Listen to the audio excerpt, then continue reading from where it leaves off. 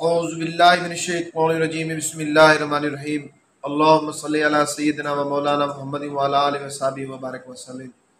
Rabbi इश्रह ली सदरी व यस्सिर ली अमरी वहलुल उक़दतम मिन लिसानी यफ़क़हू क़ौली। मोहतरम सामीन हज़रात, अस्सलाम वालेकुम। सामीन हज़रात,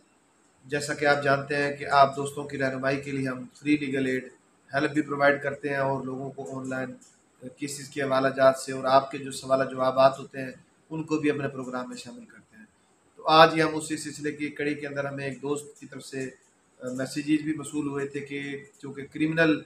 की जो एविडेंस होती है उसके हवाले से हमें कुछ बताएं।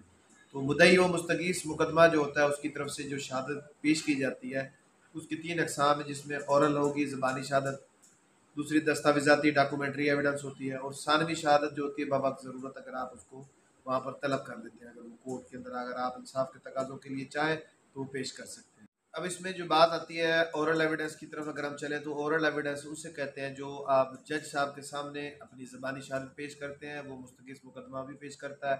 और वो अपनी ज़बानी शहादत जो बयान करता है वहाँ पर वो ज़बानी शहादत कहलाता है। अब इसकी कुछ आगे इकसाम है ज़बानी शहादत की भी, जिसमें मुस्तगीस का बयान होता है। चश्मदीद गवाह जो मौके के एविडेंस थे, वो जो गवाह थे मौके के, उनकी गवाह, और अगर कोई एक्स्ट्रा जुडिशल कन्फेशन हुआ है उस केस के अंदर तो जिनके सामने हुआ था उनका तईदी बयान वो भी होता है इसमें। और अगर बतौर जो एविडेंस गवाह पेश करते हैं उनका बयान, नक्शे का गवाह जो गवाह होता है, नक्शा नवीस अगर कोई एक्स्ट्रा उसमें था शामिल तो उसने उसका बयान, तफ्तीशी अफसर जो होता है आईओ उसका बयान बतौर, उसके अलावा जो वहाँ पर रिकवरी हुई है उस रिकवरी के जो बयान होते हैं वो, उसके अलावा अगर आप केस के अंदर डॉक्टर पोस्टमार्टम या वो दीगर रिपोर्ट्स उसमें हुई हैं या किसी स्पेशल एक्सपर्ट की ओपिनियन हासिल की गई है उस केस के लिए, उसके बयान। आपका केस जो है वो मर्डर ट्रायल का था तो उसमें मर्डर के अंदर जो लाश जो बरामद होती है उसकी कोई अगर कोई उसमें मौके पे जो जहाँ से बरामद हुई है उसका बयान होता है, शनाख्त की हो जिसने उसका बयान होता है। उसके अलावा इंक्वायरी का जो गवाह होता है उसका बयान होता है, अगर उसमें कोई डॉक्टर है बतौर, या 164 के बयान जिसके कलमबंद रिकॉर्ड कलमबंद किए गया था जिसने 164 के बयान उसको बतौर विटनेस पेश किया जा सकता है। और या अगर वहाँ पर कोई आइडेंटिफिकेशन वाला केस था जैसे 392, 95 या कोई इसी बंदे की शनाख्त परेड रहती थी तो उसकी शनाख्त परेड हुई थी, उसको जो शनाख्त परेड करने वाला था उसको बतौर एविडेंस गवाह पेश कर सकते हैं आप। मजरूब का बयान है, उसमें मगवी का बयान है, अगर कोई अगवा हुआ हुआ केस 365 का है, विक्टिम का बयान जो होते हैं वो बतौर उसमें एविडेंस औरल पेश की जा सकती है, जो आप अदालत में अपने केस को साबित करने के लिए और प्रूफ करने के लिए पेश करते हैं। वो एविडेंस जो है वो तमाम इसमें ओरल एविडेंस में शुमार की जाएगी। इसके बाद ज़बानी शहादत कराने का कोई तरीकाकार है वो भी हम छोटा सा डिस्कस करते जाते हैं कि जब 173 का चलान रिपोर्ट पेश होता है तो उसके ऊपर भी गवाह को मेंशन किया जाता है उस 173 के अंदर। उसके अलावा अगर आप उसमें कोई एक्स्ट्रा कराना चाहते हैं तो उसको एप्लीकेशन देकर भी आप जैसे अलाउ करवा सकते हैं। उसके अलावा इसमें आपने ज़बानी कलाम जो एविडेंस होती है ओरल एविडेंस, उसके अंदर एक्स्ट्रा जुडिशल के जो बयान होते हैं उससे कबल 161 के बयान होते हैं, और जो एक्स्ट्रा जुडिशल होता है वो भी 161 के बयान के थ्रू ही ज़ाब्ता फौजदारी के तहत ही उसको कलमबंद किया जाता है। और उसके अलावा जो बयान पुलिस तहरीर करवाए जाते हैं फ़र्ज़ मकबूजगी से लेकर नक्शा और प्लेस ऑफ अक्रस का जो भी डिटेल उसमें जो भी उसके अलावा आप जो उसमें अगर कोई मंशियात का केस है तो 9C के मुकदमा जात के अंदर वो जो पैकेट से लेकर पार्सल सील करने तक और वो जो बरामदी जिसके पास रही थी और जहाँ से जहाँ तक FSL रिपोर्ट जाने तक उसको सबमिट कराने तक वो जो होता है तमाम का तमाम चेन कस्टडी ऑफ उसे कह सकते हैं सेफ ट्रांसमिशन के अंदर अगर वो रहेगी तो उसको कानूनी तौर पर दस्तावेजी डॉक्यूमेंट्री एविडेंस से मुराद ऐसी शहादत होती है जो अदालत में अपने केस को साबित करने के लिए इस्तगासा मुस्तगीस मुकदमा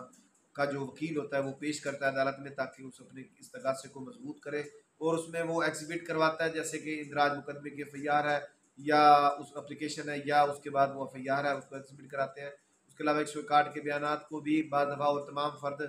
बरामदी जो उसकी फ़र्द मकबूजगी होती है उसको नक्शा मौका बला स्केल जो होता है उसको भी बिला स्केल जो किया जाता है या स्केल के साथ बनाया गया हो। उसके अलावा तमाम मेडिकल के जो कागजात होते हैं वो जो डॉक्यूमेंट्री एविडेंस होती है उसमें वो एग्जिबिट करवाए जाते हैं, जैसे FSL रिपोर्ट वगैरह या DNA रिपोर्ट्स वगैरह इब्तदाई के साथ साथ वो भी एग्जिबिट करवाई जाती हैं ताकि इस तगासे को मजबूत करने के लिए इस किस्म के डॉक्यूमेंट्स को वो प्रोवाइड करते हैं। कोर्ट में जो पेश किए जाते हैं वो दस्तावेजाती डॉक्यूमेंट्री एविडेंस कहलाती है।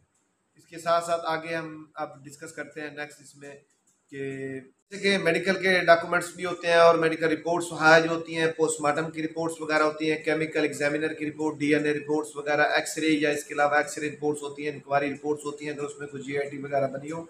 या उसमें जो फर्दर उसमें अगर कोई इंक्वायरी की गई हो, किसी हाई एप्स के पास क्राइम ब्रांच तफ्तीश हुई थी उसके बारे में जो डिटेल होती है, इकबाल जुर्म का अगर उसने कोई एक्स्ट्रा जुडिशियल कन्फेशन किया होता है उसके बयान को भी वो इस्तगासा एग्जिबिट कराता है। ततीमा में बयान जो होते हैं और केमिकल एग्जामिनर की रिपोर्ट्स जो होती हैं वो उसमें रखते हैं। फोरेंसिक साइंस लेबॉर्ट्रीज की रिपोर्ट्स, साइकोलॉजिस्ट अगर वो साइकोलॉजिस्ट को ली गई है उसमें तो 164 का जो बयान होते हैं और शनाख्त रेट, और अगर डाइन डिक्लेरेशन वहाँ पर मौजूद है तो उस केस के अंदर डाइन डिक्लेरेशन के जो बयान होते हैं उनको बतौर एविडेंस एग्जिबिट डॉक्यूमेंट्री करवाए जाते हैं ताकि इस्तगासा को मज़ीद मजबूत किया जाए। उसका अपने मौक़िफ़ को साबित करने के लिए इस किस्म के डॉक्यूमेंट्री एविडेंस जो पेश किए जाते हैं वो दस्तावेज़ाती सबूत।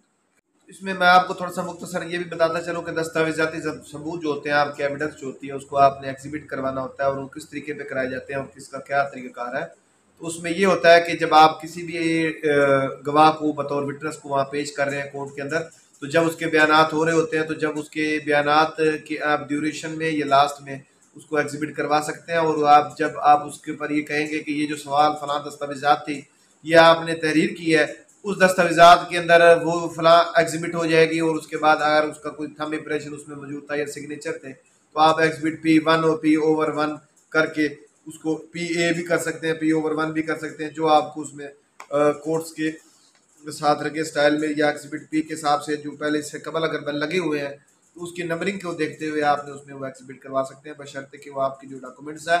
वो मुसद्दका है तभी वो एग्जिबिट होंगे। अदरवाइज जो आपके गैर मुसद्दका डॉक्यूमेंट्स होते हैं वो जस्ट मार्क ही कहलाते हैं। इसके साथ साथ मैं आप तमाम दोस्तों से मैं रिक्वेस्ट करता हूं कि अगर अभी तक आपने हमारा चैनल सब्सक्राइब नहीं किया तो काइंडली हमारा चैनल सब्सक्राइब कर लीजिए और बेल आइकन को भी प्रेस कर लीजिए ताकि हमारी आने वाली वीडियोस आप तक पहुंचती रहें। और अगर आपको किसी भी केस के हवाले से या मखसूस इस वीडियो के हवाले से या कोई मखसूस सेक्शन के हवाले से अगर आप रहनुमाई चाहते हो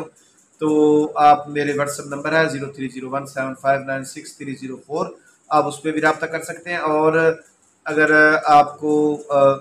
इसमें ये भी देखना है कि अगर सबसे पहले मैंने वही लास्ट में आपको कहूँगा कि अगर आपको कोई भी लीगल मैटर होता है, कोई ऐसी रेमेडी आप चाहते हो तो सबसे पहले अगर आपको कोई इदारा तंग कर रहा है या कोई इदारा बाउंड था आर्टिकल के मुताबिक वो ये काम करने का लेकिन वो नहीं करता तो आपके पास ये रेमेडी है कि आप